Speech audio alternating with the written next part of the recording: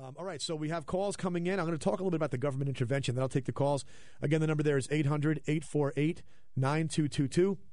But first, let's get into this conversation about what is coming out of Washington now. You might recall back in September or August of last year, the federal government, the U.S. Treasury, put out something called a request for information, okay, an RFI.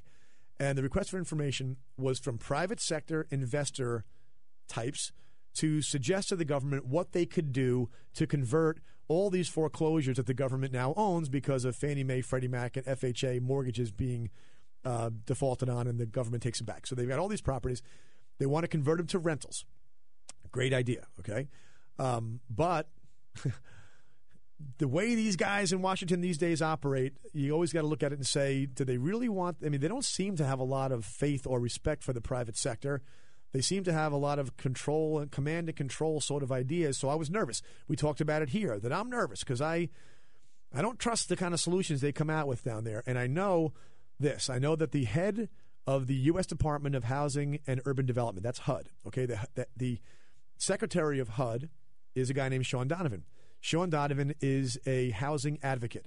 And if you research him, you're going to find that he is really his life is motivated by the idea of affordable housing.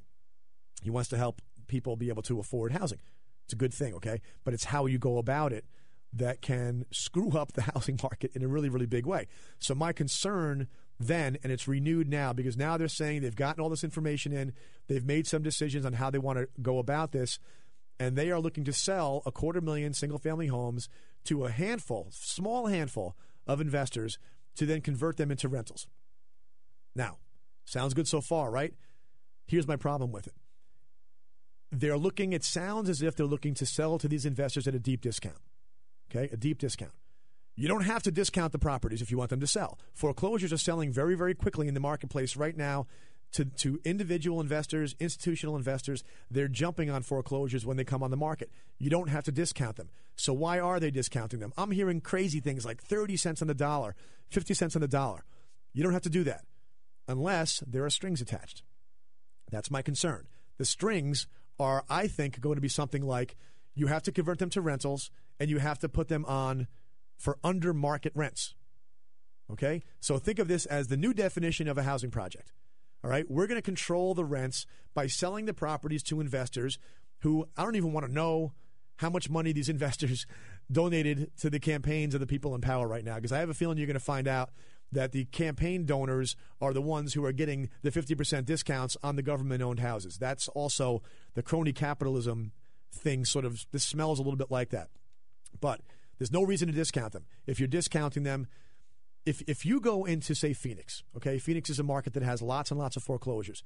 Right now, investors are gobbling up the properties in Phoenix. It is actually stabilizing the Phoenix market.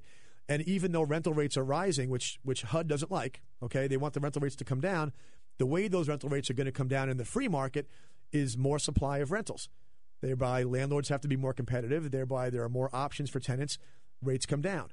That's how this is going to be solved. If the government sells 100,000 houses to a private investor in Phoenix at a deep discount and then ruins the market for rentals by telling them you have to offer it at 50% less than the market rent.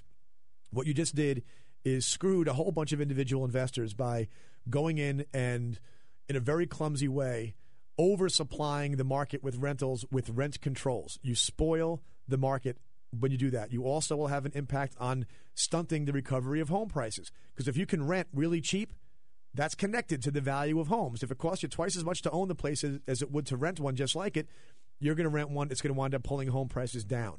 So we're going to report this to you every month on the show and tell you what's happening with this. If they set their sights on one or two cities, I'm going to tell you to run away from those cities for the time being because of what I've explained here, that you can – the reasons why places like Phoenix had major declines in home prices was an oversupply of newly built homes, okay?